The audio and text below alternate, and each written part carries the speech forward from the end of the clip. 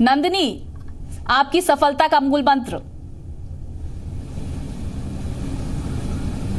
I think it's perseverance and consistent efforts, I think. Nandini, एक बात जानना चाहेंगे, जो नौजवान काफी मेहनत करते हैं यूपीएससी परीक्षा में पास करने के लिए, उनको आप क्या कहना चाहेंगे? कैसे आपको सफलता मिली? कितनी मेहनत की आपने इसके लिए? मैं ये कहना चाहूँगी कि हमेशा आप अपने आप पे भरोसा रखिए और अपने जो हार्ड वर्क है वो उसको हमेशा you keep on doing it irrespective of whether you fail और whether you succeed. Even for me the success did not come all of a sudden.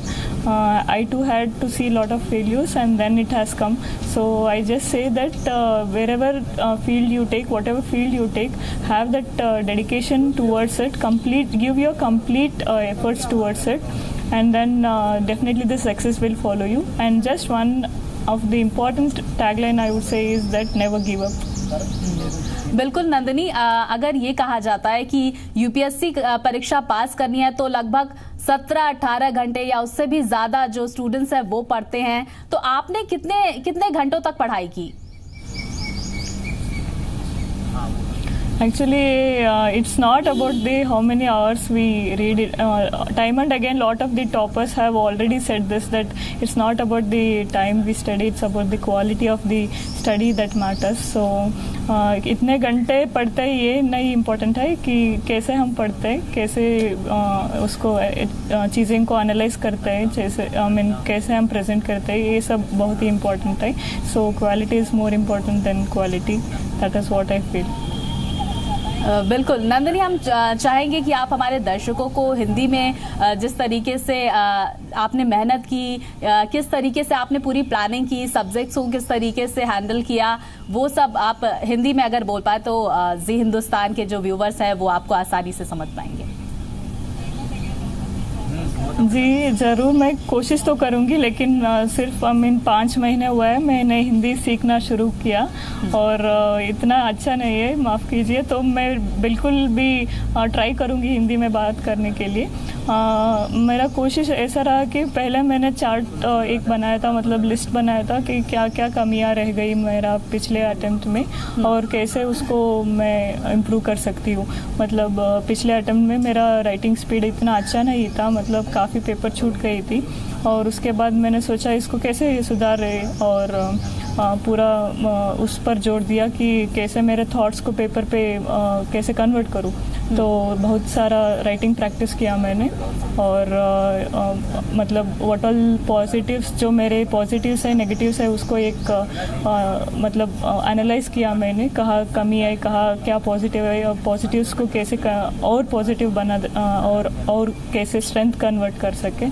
तो ये रहा मेरा actually important. Self analysis is more important after every failure. मतलब हर failure के बाद अपने आप को एक मतलब इनसाइटफुल थिंकिंग होना चाहिए. मतलब क्या हुआ मेरे साथ, क्यों मैं फेल हो गई और कैसे इसको मैं ओवरकम कर सकूँ. That was one of the thing. I think ये मेरे लिए बहुत ही मतलब उपयोग हुआ है. नंदिनी, एक और बात जानना चाहेंगे आपसे, कितने अटेम्प्ट्स में आपने ये यूपीएससी परीक्षा क्लियर की है? क्या डिफिकल्टीज आती थी आपके सामने हर बार, और इस बार आपके लिए क्या प्लस पॉइंट था? मेरा ये 4वां अटेम्प्ट है और पहला अटेम्प्ट में मैं प्रीलिम्स नहीं क्लियर कर पाई और दूसरा अटेम्प्ट में मेरा आईआरएस सिलेक्शन हुआ और तीसरा अटेम्प्ट में भी प्रीलिम्स नहीं हुआ और ये 4था अटेम्प्ट में अब भी रैंक मिला है. और हर एक मतलब जो भी रिज़ल्ट आया है वो एफर्ट के प्रोपोर्शनली ही रहा है. मतलब मुझे पता था कि मेरा अटेम्प्ट जो हुआ था वो हैड नॉट गिवन माई 100%. सो मुझे वो अधूरी रह गई थी. मतलब हमेशा मैंने एफर्ट्स नहीं डाला, ऐसे महसूस हो रहा था हमेशा. तो मैंने सोचा मतलब मेरे तरफ से कैसे मैं 100% दे सकती हूँ. That was the only thing behind me. जी नंदिनी, 3 बार एक तरीके से देखा जाए फेल्योर आपके सामने था और चौथी बार में आपने टॉप किया है. क्या वजह रही होगी इसकी? जब आपको बहुत ही डिफ़िकल्टी मिल रहा है, बहुत ही स्ट्रगल हो रहा है, तो उसका आप ये सोचिए कि आपको कुछ खुशी भी मिलेगा लास्ट में। यही मेरा मतलब बिलीफ है अभी। बिल्कुल। आपके लिए आइडल कौन होगा? आपकी लाइफ में कौन आपका आइडल है? तो सोसाइटी है एक्चुअली सोसाइटी आइडियल है। जो भी व्यक्तियों से मैंने अभी तक मिला हुआ है, किसी हर एक व्यक्ति से सीखने को बहुत कुछ मिला है। मतलब वो शायद एक अनजान व्यक्ति भी हो जिसके साथ मैं ट्रैवल करूँ, या किसी भी मतलब 5 मिनट्स के लिए भी मिला हुआ है, लेकिन बहुत ही सीखने को मिला है सोसाइटी से। So society is the one of the best things from which I got inspired actually. आपने कब सोचा नंदिनी कि मुझे सिविल सर्विसेज में ही जाना है? क्या एज रही होगी आपकी? ये तो सोच बहुत हाँ, मतलब 5-6 क्लास में भी मतलब सोच रहा था, लेकिन ग्रेजुएशन के बाद ये सोच बहुत ही मतलब फर्म हो गया था। मतलब yes, this is what I want to do.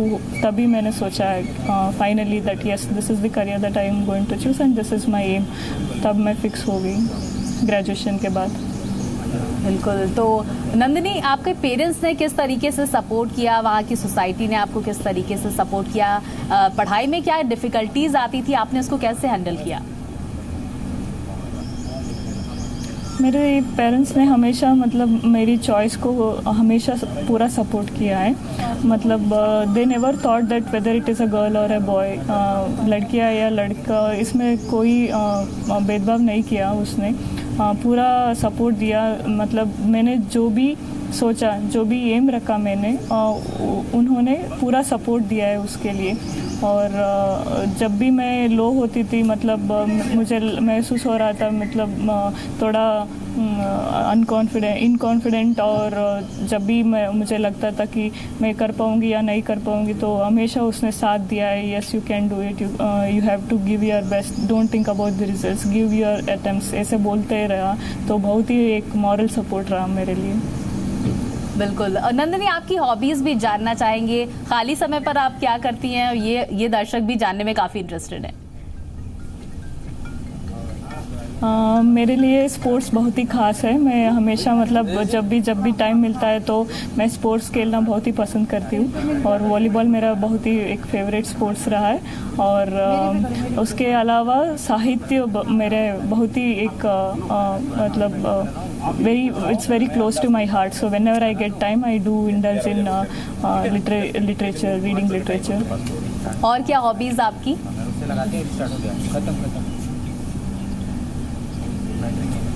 कोई विशेष रुचि? And I also like visiting wildlife and then trekking. All these things I like. Nandini, ये कहते हैं कि पढ़ने वाले लोग अपने फैमिली को भी बहुत ज्यादा टाइम नहीं दे पाते हैं, खुद भी काफी एंजॉय नहीं कर पाते हैं। क्या ये सारी चीजें आपके साथ भी हुई थी? थैंकफुली मेरे लिए एक बहुत ही अच्छा बैलेंस रहा। मतलब कभी भी प्रेशर नहीं था, दबाव नहीं था फैमिली की तरफ से कभी भी दबाव नहीं था। मतलब ये तुमको करना है, ये करना है, वो करना है, ऐसे नहीं था। जो भी मैंने सोचा, whatever decision I took, they always supported me. So खेलने भी दिया। एक्चुअली 10th तक तो मैं काफ़ी 10th और 12th उसके बाद भी काफ़ी स्पोर्ट्स में थी। तो कभी भी ऐसे नहीं लगा कि पढ़ाई एक प्रेशर है। हमेशा एंजॉय किया मैंने। नंदिनी, आपके पेरेंट्स बहुत खुश होंगे इस बात को लेकर। इस वक्त मतलब किस तरीके से उन्होंने आपको अप्रिशिएट किया है? हाँ, एक्चुअली ये सक्सेस उसके भी सक्सेस है। उसने एक महत्वपूर्ण घटनाओं में एक महत्वपूर्ण निर्णय लिया कि मैं अपने बेटी को एजुकेशन एक एसेट के रूप में दूंगी। तो उसका नतीजा अब निकला है। तो दे आर वेरी हैप्पी, बहुत खुश है वो अभी।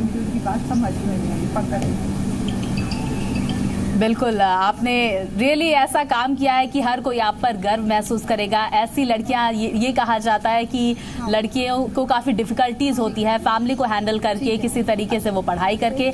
आप जैसी लड़की अगर एक आइडल के रूप में यहाँ पर पूरी दुनिया के सामने मिसाल पेश होती है, उन लड़कियों के लिए आप क्या कहना चाहेंगी? बिलीव इन योर सेल्फ, अपने आप पे भरोसा रखिए और अपने काम करते रहिए और be confident on yourself, give your 100% and then society also respects you, society also supports.